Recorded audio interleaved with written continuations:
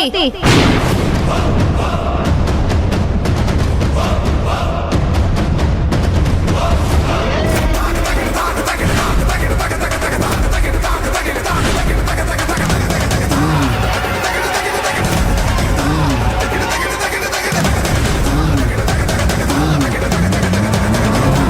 ಜ್ಯೋತಿ, ಆಗ್ಲೇ ನಿನ್ ಮಾತಿಗೆ ಉತ್ತರ ಕೊಡೋದು ಬೇಡ ಅಂತ ಸುಮ್ಮನಾದೆ. ಏನಂದೆ ನೀನು? ಇದೇ ಪಂಚಾಯ್ತಿಲಿ ನಾನು ನನ್ನ ಗಂಡನ ಕಪಾಳಕ್ಕೆ ಚಪ್ಲಿಲ್ ಹೊಡೆದೆ ಅಂತಲ್ವಾ?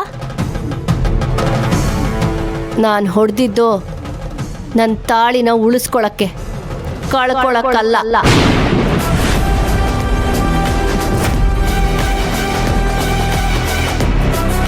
ನಾನು ಹೊಡೆದಿದ್ದನ್ನ ನನ್ನ ಗಂಡ ಪಾಠವಾಗಿ ತಗೊಂಡು ಬದಲಾಗಿ ನನ್ನ ಹತ್ರ ಬಂದು ತಪ್ಪೊಪ್ಕೊಂಡು ಕ್ಷಮೆ ಕೇಳ್ದ.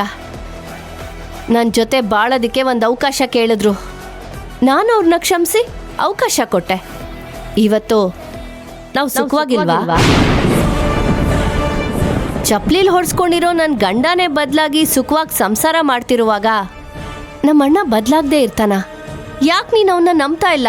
ಯಾಕಂದ್ರೆ ಅದು ಸತ್ತೋಗಿದೆ. ಸತ್ತಿಲ್ಲ, ನೀನ್ ಅದನ್ನ ಮನ್ಸಿನ ಮೂಲೆಯಲ್ಲೆಲ್ಲೋ ಕಳ್ಕೊಂಡಿದ್ಯಾ. ಈ 10 ದಿನ ಕಾಲಾವಕಾಶ ನೀನ್ ಅದನ್ನ ಹುಡ್ಕೋಕೆ ಅಂತ ತಿಳ್ಕೊ. ನೋಡು ಜ್ಯೋತಿ, ಯಾರನ್ನಾದ್ರೂ ಕಳ್ಕೊಳ್ಳೋದು ಸುಲಭ, ಆದ್ರೆ ಅದ್ರ ನಷ್ಟ ನಮ್ ಇಡೀ ಜೀವನನೇ ನರ್ಕ ಮಾಡ್ಬಿಡುತ್ತೆ. ನಮ್ಮಣ್ಣ ತಪ್ಪು ಮಾಡಿದಾನೆ ನಿಜ, ಆದ್ರೆ ಅವನಿಗೆ ತಪ್ಪಿನ ಅರಿವಾಗಿದೆ. ಅದಕ್ಕೆ ಅವ್ನು ನಿನ್ನ ಹತ್ರ ಬಂದಿದ್ದಾನೆ.